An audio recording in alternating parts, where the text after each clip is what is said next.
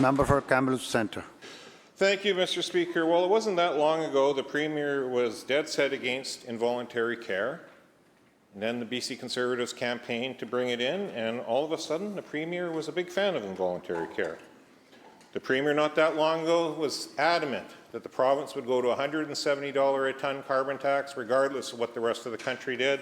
BC Conservatives campaigned to get rid of the carbon tax. All of a sudden the Premier decided to get rid of the carbon tax. That was a good idea. The Premier said decrim was working. BC Conservatives campaigned to repeal it. Suddenly the Premier had a change of heart and decided maybe we should look at repealing decriminalization. The Premier used to be against LNG. BC Conservatives campaigned hard about supporting LNG. All of a sudden the Premier is a big convert and a fan of LNG.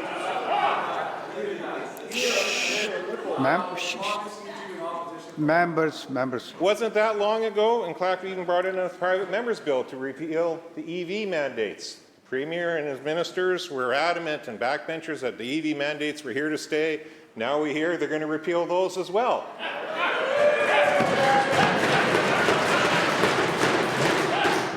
The Premier and his ministers, in fact the Premier is the Attorney General, using every tool in the toolbox unsuccessfully in court to be against TMX. Now it's dredged aboard inlet, maybe dredged away by the Premier. So, Mr. Speaker, given that the Premier continues to change his position on all of these things once the BC Conservatives are pushing for it, why does he not waste or save everybody a heck of a lot of time?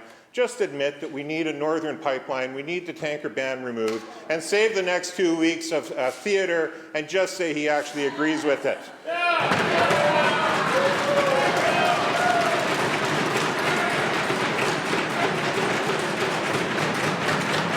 Okay. Thank you. We heard the question. Thank you. Premier. Thank you, Honourable Speaker.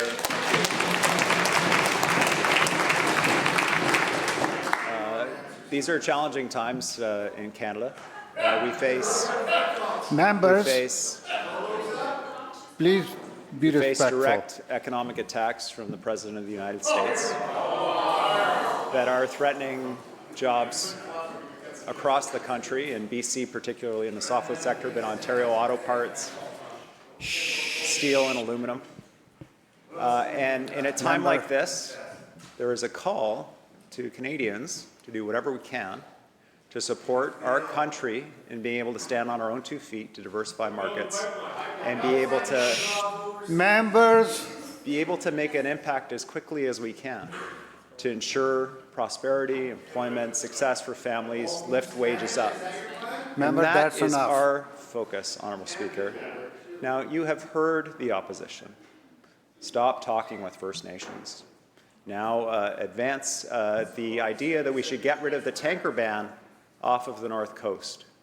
Work with the President of the United States. He's just making requests that a friendly neighbor would. Well, they have been consistently wrong, and they are wrong here again.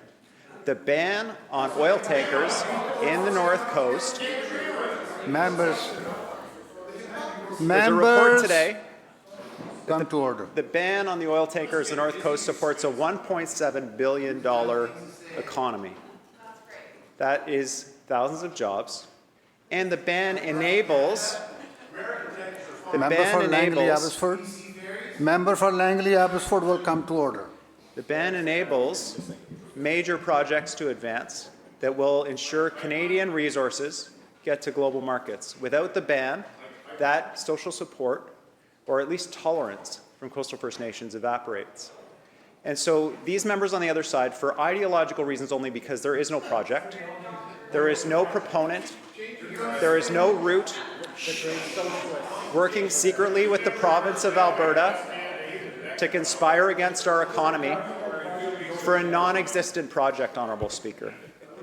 They are not in favour of our province succeeding economically. They are not in favour of tens of thousands of jobs, because when we land these projects, Honourable Speaker, it will show the success of our province, the success of British Columbians, the success of Canadians, and they will be sitting over there for a very long time.